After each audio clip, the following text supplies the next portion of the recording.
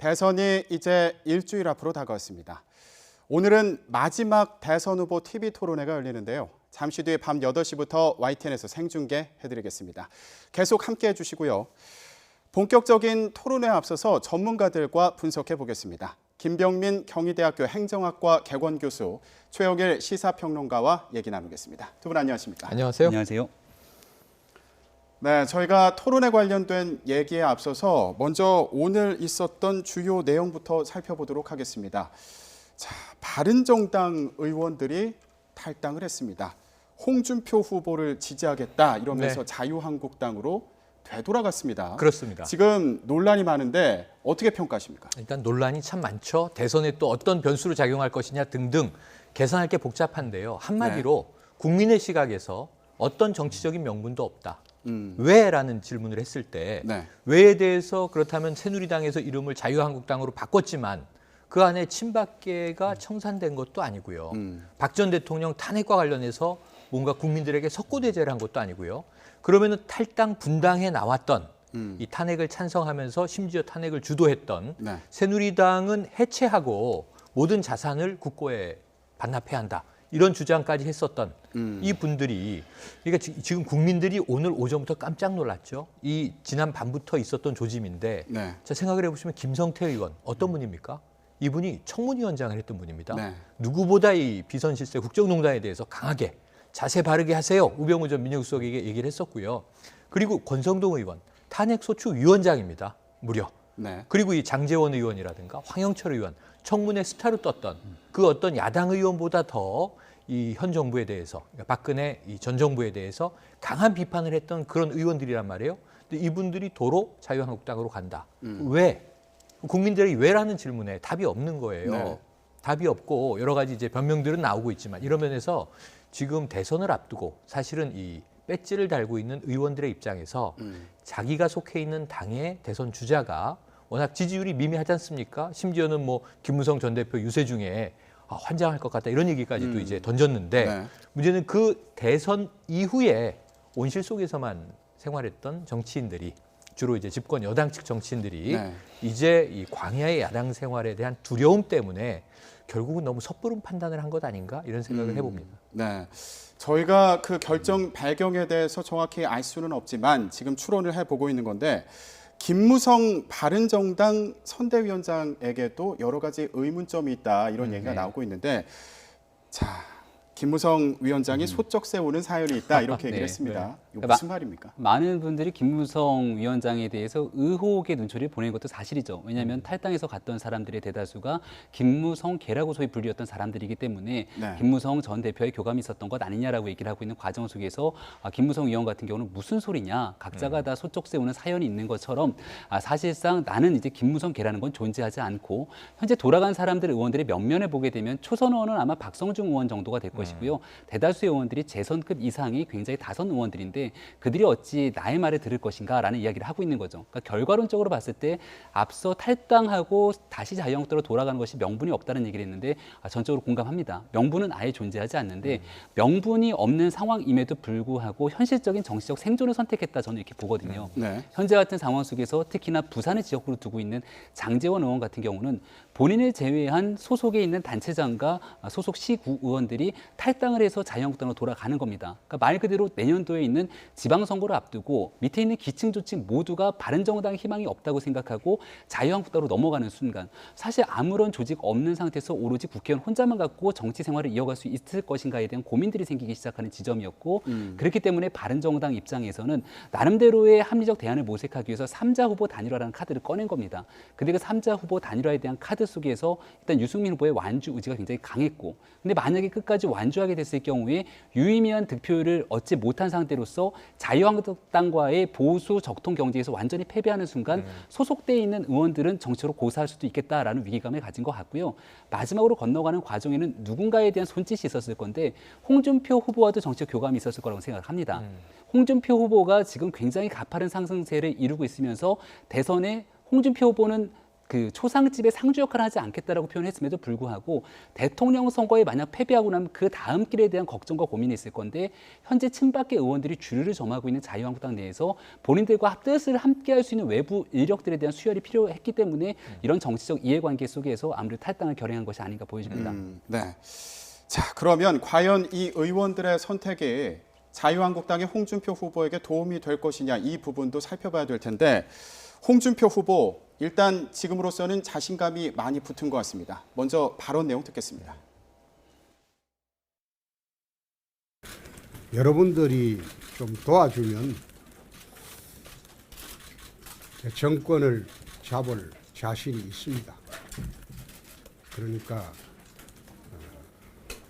좌파에게 정권이 넘어가지 않도록 여러분이 힘을 합쳐서 좀 도와주시기 바랍니다. 그렇게 하면 내가 이길 자신이 있습니다. 네, 이길 자신이 있다. 지금 여론조사 결과를 보면 상승세를 타고 있는 건 맞습니다. 네.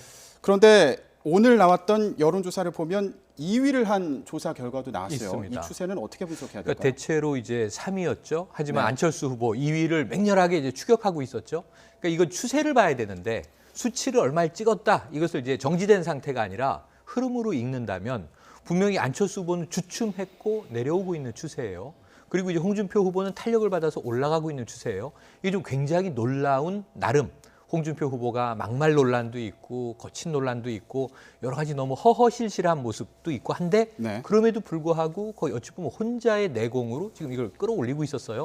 근데 오늘 이게 부분적인 단일화 효과인데 네. 보수층을 결집시키는 플러스 효과가 날 것으로 봐요.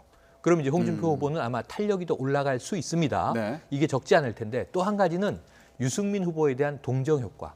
그러니까 보수층 내에서 우리가 선거 때마다 이야기하는 대표적인 두 개의 전략. 밴드웨건 효과는 홍준표 후보에게 갈 것이고 네. 언더독 효과, 동정 여론은 유승민 후보에게 쏠릴 것이고 그래서 제가 보기엔 플러스 마이너스 해서 큰 차이는 나지 않을 것 같은데 유승민 후보가 오히려 조금 이제 수치가 올라가는 효과가 나올 것으로 전 예견을 하는데요. 네. 하지만 내일 이후에 뭐 여론조사는 오늘까지밖에 적용이 안 되니까 네. 이걸 확인할 길은 별로 없어 보입니다만 하지만 홍준표 후보는 그 자력으로 지금 탄력을 받아서 상승세거든요. 그러면 적어도 호언장담하고 있는 집권 가능성까지는 아직 모르겠습니다. 미지수인데 적어도 2위, 3위 간의 이 크로스, 실버 크로스라고 부르지 않습니까? 네. 실버 크로스까지는 일어날 수 있는 가능성이 높아 보인다. 네. 이게 이제 오늘까지의 관측입니다. 자, 지금 홍준표 후보의 상승세에 대해서 얘기를 해봤는데 그렇다면 1위를 달리고 있는 문재인 후보의 심경은 어떨까요? 한번 들어보겠습니다.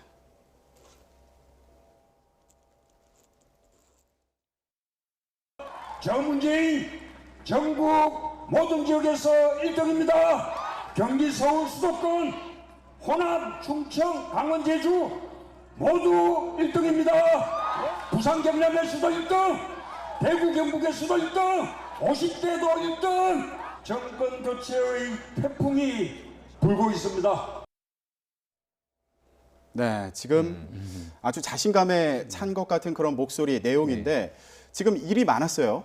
바른정당 의원들이 탈당을 하고 홍준표 후보 지지 선언을 했고 또 홍준표 후보가 2위로 올라서는 여론조사 결과도 나왔습니다. 신경이 쓰일 것도 같은데 어떨 것 같으세요? 저는 신경이 굉장히 쓰일 거라고 봅니다. 양강 구도가 무너지기 시작하면서 문재인 후보의 독주가 예상되는 게 사실입니다. 현재까지 여론조사가 그를 뒷받침하고 있고요. 그럼에도 불구하고 문재인 후보가 가장 좀 부담스러워하는 측면 중에 하나는 40%의 박스권에 갇혀 있다는 거죠. 안철수 후보가 양강 구도에서 미끄러져서 떨어졌으면 그 표들이 와줘야 되는데 사실상 그 표가 홍준표 후보에게 가기 시작하면서 문재인 후보가 더 상승세를 치고 올라가야 되는 부분에 대한 발목을 심상정 후보가 잡고 있는 겁니다. 지금 심상정 후보의 약진이 굉장히 두드러지거든요. 네. 근데 결국 심상정 후보가 뺏어갈 수밖에 없는 표는 문재인 후보가 가져가야 되는 표를 빼앗아가는 겁니다. 네. 안철수 후보의 표가 급격하게 빠지기 시작하면서 홍준표 후보로 보수 대집결이 이뤄지기 시작하고 호남에서 안철수 후보의 표가 분산되기 시작한다면 말 그대로 여지까지는 여론조사에 응하지 않았던 샤이 보수층의 집결이라는 게 어느 정도 속도로 이뤄질지에 대해서는 아무도 예단하기 어려운 상황이 오는 거거든요. 여기에 대한 부담감들이 좀 안고 있지 않을까라는 생각이 들고 마지막까지 사실 바른정당의 의원들이 의원들이 탈당해서 홍준표 후보를 지지할 것이라고 어떤 전문가들도 예측한 사람들은 없었거든요. 현재까지 나와 있는 마지막 가능성 하나로 안철수 후보가 떨어질 대로 떨어지는 위기감 속에서 도저히 꺼낼 수 없는 마지막 반전의 카드로서의 홍준표 후보와의 반문연대 단일화 카드를 성사시켜 내지는 않을지 이런 여러 가지 가능성들을 고민하면서 마지막 일주일 남은 선거 기간까지 한 걸음 한 걸음 대단히 조심스럽게 내딛을 거로 저는 예상됩니다. 지금 교수님께서는 문재인 네. 후보가 홍준표 후보 많이 신경 쓸 거다 또 이 얘기하시면서 심상정 후보까지 얘기를 해주셨는데 네. 신경 쓸 후보들이 점점 늘어나는 것 같아요. 늘어나고 어떻게 있죠. 그래서 우상호 원내대표가 조금 실언을 했어요. 이제 심상정 후보 쪽에 대해서 자, 차기에 열심히 좀 하시면 좋겠다라는 취지의 발언을 하면서 이게 조금은 이제 비토하는 느낌으로 다가갔단 말입니다. 이거는 네. 또 정의당과 심상정 후보 입장에서는 독립적인 스스로 정당입니다. 사실 뭐 그렇게 연대할 거면은 합당을 하는 게 낫겠죠. 그럼 네. 이런 상황에서 왜 우리의 자발적인 또 유권자의 선택과 존재 가치를 훼손하느냐라는 이제 불만의 목소리를 낼 만해요. 그러니까 지금 뭔가 신경전이 벌어지고 있는 거죠. 진보 진영 내에서도. 그런데 더 아까 신경 쓰인다라는 표현에서 명확한 건 이것은 지역적인 부분이고요. 더 중요한 것은 홍준표 후보에 대한 견제예요. 그러니까 지금 이게 홍준표 후보가 썼던 표현인데 주적이라는 표현, 네. 이게 뭐 문 후보가 쓴 표현은 아닙니다만 그동안 문 캠프의 주적이 안철수 후보였다면 이제는 홍준표 후보로 총구가 넘어갔습니다. 그게 바로 적폐청산이 다시 등장을 한 거죠. 네. 사실은 적폐청산으로 시작을 해서 공약 이론대 계속 새몰이를 하다가 안철수 후보와 접전을 벌일 때는 거의 똑같은 메시지를 양 진영이 쐈어요. 그게 통합입니다. 네. 그러니까 안철수 후보도 통합, 문재인 후보도 통합. 과연 네. 근데 어떤 통합이냐? 문재인 후보는 자유한국당과 홍준표 후보는 배제한 통합이에요. 안철수 후보는 약간 모호한 가능성을 열어놨고 김종인 준비위원장이 들어오면서 네. 심지어는 이제 이 자유한국당 안에서도 이 탄핵에 찬성했던 세력이 있지 않느냐, 30여 분이. 그러니까 어쨌든 연대 가능성을 이제 열어둔 겁니다. 이게 좀 엇박자가 난 감이 있죠. 지난 네. 며칠 동안. 네. 그럼에도 불구하고 그러다가 이 문재인 후보가 승기를 어느 정도 잡았다. 이제 부동의 유리가 아닌가라고 판단한 상황에서 이 주적은 다시 홍준표 후보로 넘어갔고요. 이게 홍준표 후보에게는 좋은 거예요. 문재인 후보가 때려주면 아주 고마운 일이 되는 겁니다. 왜냐하면 그동안 안철수 후보가 자, 문재인 대 안철수 양자구도가 됩니다라는 사실 그 시점으로 돌아가 보면 말도 안 되는 암시와 예언을 하면서 거의 거기까지 왔었거든요. 그런데 보수 진보 모두 팽창했던 풍선이 양쪽에서 다 빠지면서 줄어들었는데 홍준표 후보는 진보 대 보수의 양자 격돌이 될 것이다라고 주장하고 있단 말이에요. 그러니까 문 후보가 지금 자신을 향해서 주적으로 이 견제를 해주는 것은 오히려 선거운동에서 시간이 짧아서 아쉽지 좋은 상황이다. 이렇게 저는 판단할 것 같고요. 오늘 토론회에서 지금 우리가 이야기하고 있는 이러한 내용들이 다 집대성돼서 아마 드러날 것으로 예견을 해봅니다. 네, 결론적으로 누구의 예언이 맞을지는 좀 더 네. 지켜봐야겠습니다. 자, 말씀하신 것처럼 잠시 뒤에 밤 8시부터 YTN에서 마지막 대선 후보들의 TV 토론회를 생중계해드립니다. 마지막 토론회인 만큼 최대 승부처가 될 거다. 이런 분석이 나오고 있는데 관련 내용 이종원 기자의 리포트를 보고 얘기해 보도록 하겠습니다. 대통령 후보 5명이 격돌하는 6번째 TV 토론회. 후보들은 다시 의자에서 일어섭니다. 스탠딩 방식으로 치러지는 선거일 전 마지막 토론으로 복지 교육 정책과 국민 통합 방안 등 사회 분야가 토론 주제입니다. 좀처럼 주도권을 잡지 못하면서 토론회가 지지율 하락의 변곡점이 돼버린 국민의당 안철수 후보의 대반격 여부가 무엇보다 관심입니다. TV 토론 보셨습니까? 저는 말싸움 잘 못합니다. 그러나 저는 행동으로 우리 세상 바꾸어 왔습니다. 선거 전 종반 더불어민주당 문재인 후보와 경쟁 구도가 펼쳐진 공동정부냐 통합정부냐를 놓고도 난타전이 불가피할 전망입니다. 부패 기득권 세력들 정책도 없고 비전도 없습니다. 오로지 반문재인만 치면서 정권을 연장하려고 합니다. 여러분 용납할 수 있겠습니까? 문 후보가 다시 형성된 대세론 굳히기에 나설 것으로 전망되는 가운데 자유한국당 홍준표 후보는 지난번 경제 분야 토론회의 부진을 털고 준비된 정책 능력을 보여줄 수 있을지 관심입니다. 그 거짓말을 저래 해가지고 대통령 되겠어요? 대통령이 뻔한 거짓말을 해요. 한미에 붙어 있는 체류탄 속에서 내가 통과시킨 거 아니에요. 바른정당 유승민 후보와 정의당 심상정 후보는 마지막까지 토론 우등생으로서 존재감을 키운다는 각오입니다. 막말하는 후보 때문에 좀 그런 것 같고, 하여튼 이 문재인 후보하고 심상정 후보는 어거지를 많이 써요. 다른 분들은 이제 상대 후보에 대한 상대 후보 정책에 대한 이해까지는 아직 준비가 안 되신 것 같아요. 지난주 여론조사 결과 10명 중 3명은 투표 전까지 지지 후보를 바꿀 수 있다고 답했습니다. 내일부터는 여론조사 결과 공표도 금지되고 모레는 사전투표도 시작되는 만큼 오늘 토론회에서는 각각 굳히기와 대반격을 위한 양보 없는 마지막 승부가 펼쳐질 전망입니다. YTN 이종원입니다.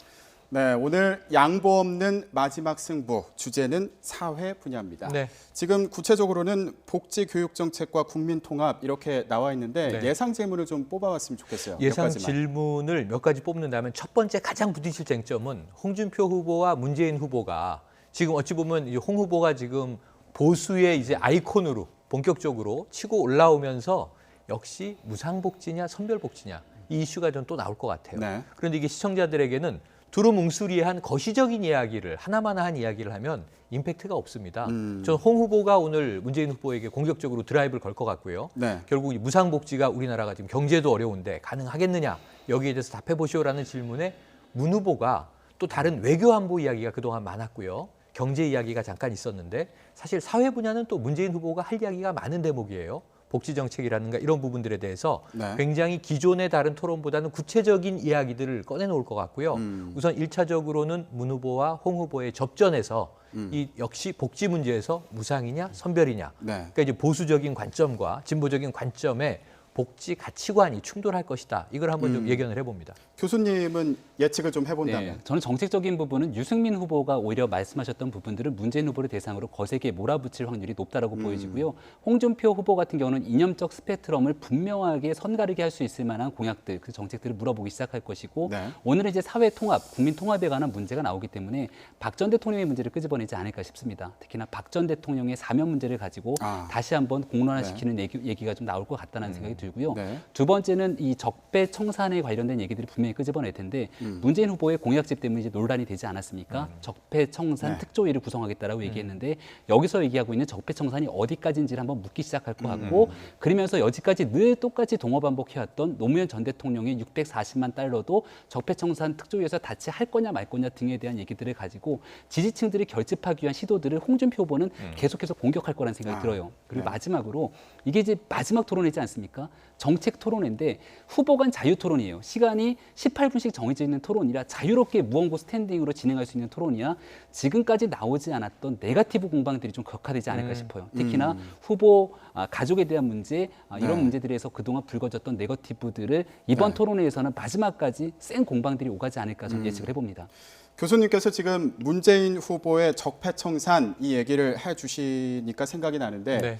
이 적폐청산 대상이 어디까지냐 네. 물어볼 만한 후보가 누가 있을까요? 물어볼 만한 후보는 여러 명이 있겠죠. 예를 들면 안철수 후보가 문재인 후보에 대한 공격 포인트로 이야기할 수도 있고요. 네. 또는 이제 유승민 후보나 홍준표 후보는 누구라도 자유롭게 그 문제를 물어볼 텐데 문재인 후보가 최근에 이제 거기에 대해서 구체적으로 나열을 하기 시작을 했습니다. 그러니까 이제 박근혜 정권에 지금 네. 이 탄핵 사태까지 만들어낸 사람들, 이게 지금 최순실하고 구속돼 있는 일련의 사람들이 있고 재판이 진행되고 있지만 정치권은 과연 책임이 없느냐 이 얘기도 할 수 있겠고요. 여기서 끝내지 않겠다.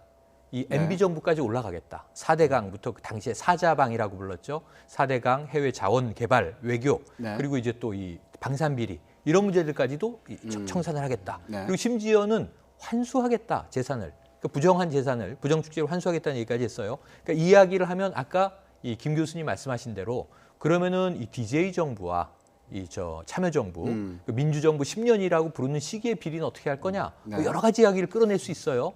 또 거기다가 모래시계 검사의 이미지를 홍준표 후보는 또 다시 환기시킬 수가 있습니다.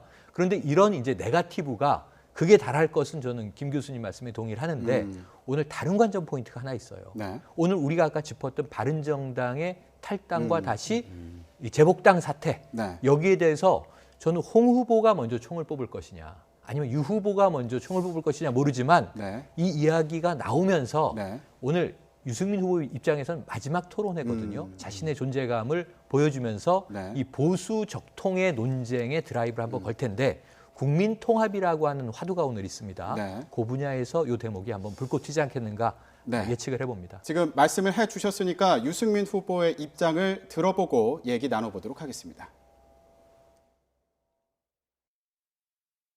가슴 아프게 생각합니다.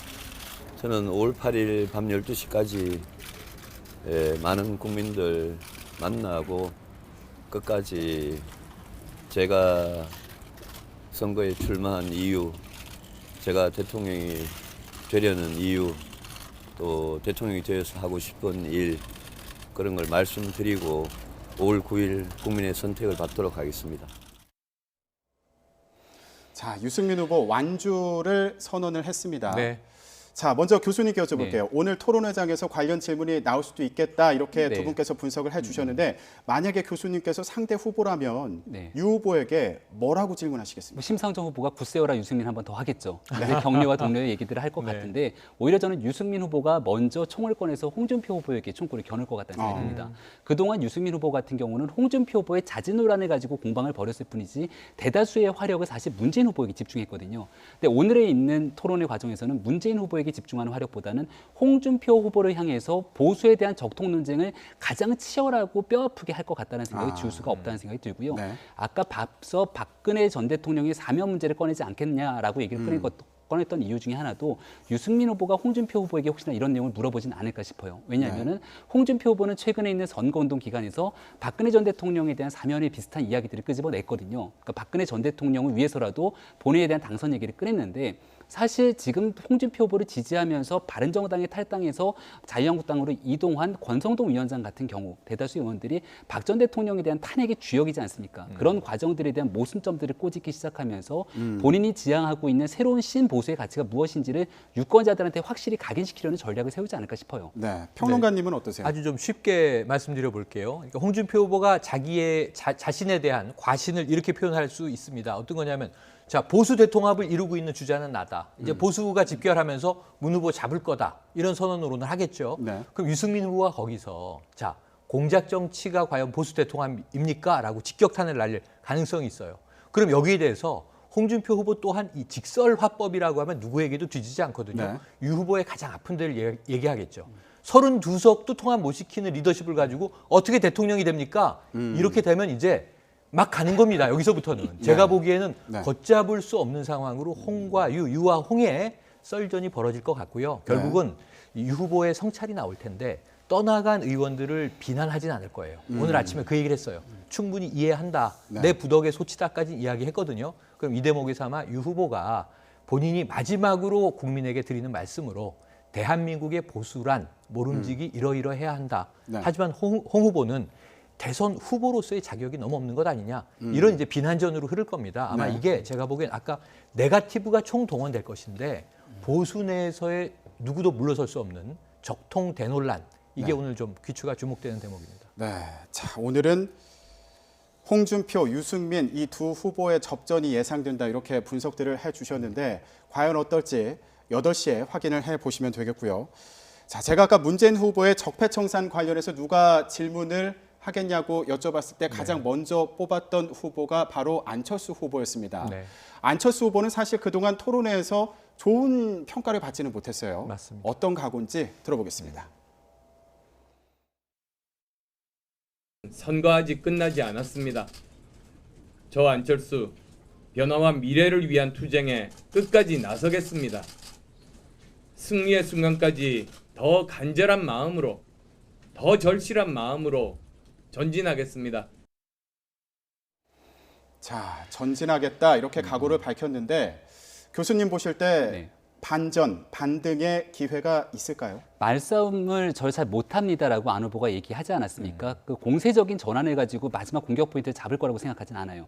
다만 이제 현재 있는 바른정당의 탈당과 자유한국당의 이탈을 보면서 양극단 세력, 과거 세력으로 두 정당을 분류시키는 겁니다. 더불어민주당과 자유한국당은 과거의 정치라고 있는 양극단의 세력이기 때문에 네. 중간 진영에서 새로운 미래를 그려 나갈 수 있는 안철수 후보에게 힘을 줘야 된다는 유세를 계속하고 있기 때문에 저는 오늘 안철수 후보가 힘줘서 얘기할 수 있는 부분들은 상대 후보에 대한 공격보다는 지난주 금요일 오전에 기자회견을 열었던 공동정부에 대한 본인의 생각들을 아주 허심탄회하게 털어놓으면서 상대 후보와 교감하는 과정을 갖질 것 같아요. 왜냐하면 네. 금요일 오전에 김종인 전 대표에게 위원장직을 제안하면서부터 시작됐던 이 공동정부 논란이 사실 어찌 보면 유권자들한테 전혀 와닿지가 않은 겁니다. 그게 이제 금요일 저녁 토론회 과정이 있었어야 되는데 그런 내용들이 존재하지도 않았고요. 네. 그러다 보니까 오늘 있는 내용에서는 권력은 나눌수록 커진다라고 얘기했던 안철수 후보의 주장이 어떻게 현실성 있는지에 대해서 본인의 입장을 좀 명확하게 밝히지 않을까 싶고 이러한 본인의 철학을 가지고 문재인 후보와 아마 1대1로 맞붙게 되는 모양새를 그리려고 노력하지 않을까 싶습니다. 지금 문재인 후보 말씀을 해주셨는데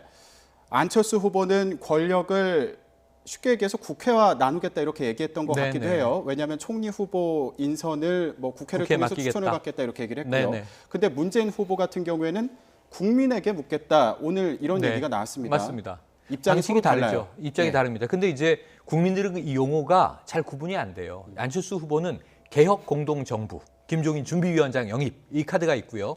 그리고 여기에 맞서서 문재인 후보는 통합 정부라고 얘기했어요. 개혁 공동 정부와 통합 정부가 어떻게 다른지 네. 이것은 수사적인 표현일 뿐입니다. 사실은 다 국민들의 뜻을 수렴하겠다는 것인데 오늘 안철수 후보를 저는 가장 유심히 볼 거예요.